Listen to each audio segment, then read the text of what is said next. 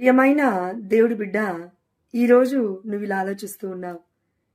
ఎంత మంచి చేసినా చెడే తిరిగి వస్తుంది ఏంటి? నేనేం తప్పు చేశాను? నేను ఎంత మంచి జీవితాన్ని జీవిస్తున్నా అనేకులు నన్ను అనేక విధాలుగా తిడుతున్నారేంటి? సమస్య నాలో ఉందా? వారిలో ఉందా? అసలు ఏంటి ఈ పరిస్థితి అని నిన్ను నీవుగా అసహించుకుంటూ ఉన్నావేమో, లేదంటే వేరే వారిని కూడా అసహించుకుంటున్నావేమో.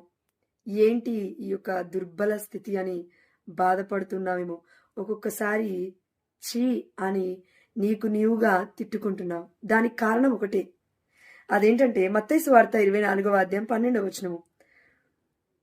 దుష్టత్వము ఇంతగా విస్తరిల్లుటచే అనేకుల ప్రేమ చల్లారును. నువ్వు క్రీస్తు ప్రేమను కలిగి పరులను ప్రేమిస్తున్నావేమో.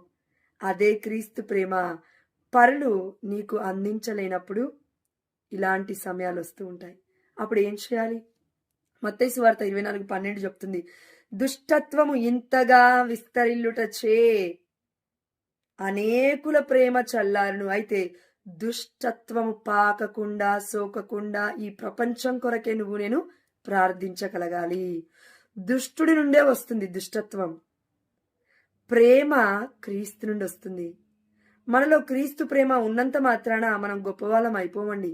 ఎప్పుడు గొప్పవాళ్ళం అంటే క్రీస్తు ప్రేమ సమస్తాన్ని భరిస్తుంది, సమస్తాన్ని సహిస్తుంది, సమస్తాన్ని సాధ్యపరచుకునేలాగా చేస్తుంది.